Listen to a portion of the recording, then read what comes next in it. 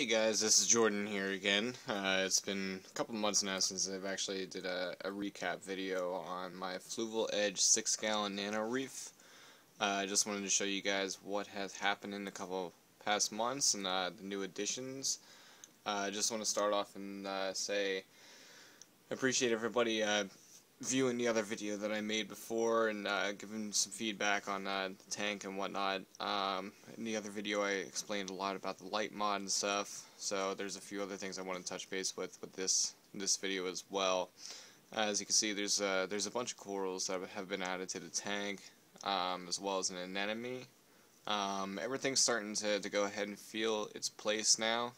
Tank is fully established. As you can see, the water heater in the back.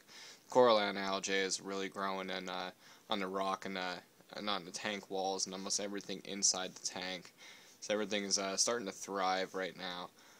As you can see, I did a lot of new aquascaping, essentially, if you want to say. Actually had a really difficult time trying to configure the rocks, just because they were small pieces and whatnot, and wasn't exactly sure what to do with them at first. But yeah, so as you can see, there is a bunch of new corals in there. Got a couple Duncans. The zoanthus are hiding behind the Duncan. Got a Featherduster that's in a rock. Tongue corals on the top right. I have a new Frogspawn that's in the middle right there, right where the Clownfish just swam past. One thing I did want to say though is before I talked about going ahead and putting the Fluval Sea Light. It's a $25,000 sea Marine and Reef light.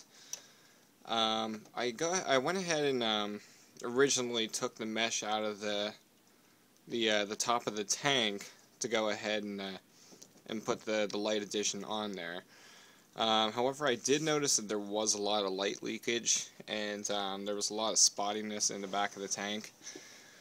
So I kept that like that for a little while, and then I decided I was going to go ahead and put the mesh back in before I actually took the light that came with the tank off. Completely disassembled it, but I ended up going ahead and putting the light back in just because it's adding a little bit more light, and it's actually balancing out the light in the back. Fortunately, it's not the same color. As you can see, the light in the front is a little cooler than the light in the back, but it does fill the tank up a little bit nicer and stuff.